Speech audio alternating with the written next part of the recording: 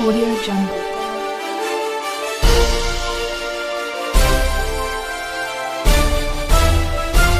Audio Jungle. Grace Mugabe woes mount as forensic audit called. Former First Lady Grace Mugabe woes continue to mount amid reports the Zanu PF Women's League National Executive has called for a forensic audit on all projects which Grace had embarked on. Investigations by Kiluma Africa show that the Women's League, now being led by the National Assembly Deputy Speaker Mabel Chinemona, has called for a forensic audit on the projects as well as the financials that were donated and sourced to finance the project.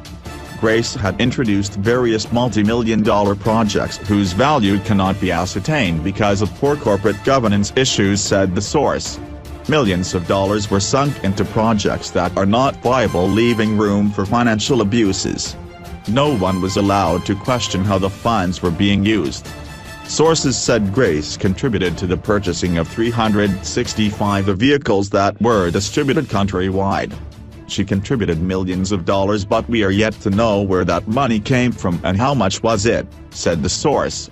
If the vehicles cost $20 million, then how much was donated to the First Lady because it was never declared. Sources said at the time the military intervened and resulted in the resignation of former President Robert Mugabe. Grace had just arrived from Russia where she was given $15 million to kickstart her campaigns ahead of the Zanu PF Congress.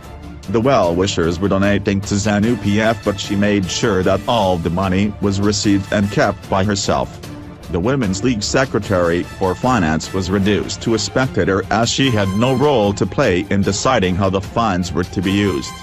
Grace had embarked on various projects countrywide which include, among many others, the irrigation projects, chickens, dressmaking, forestry and farming.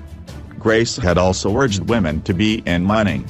The donations were siphoned and abused by Grace, who was building a state-of-the-art high school at her Mazawa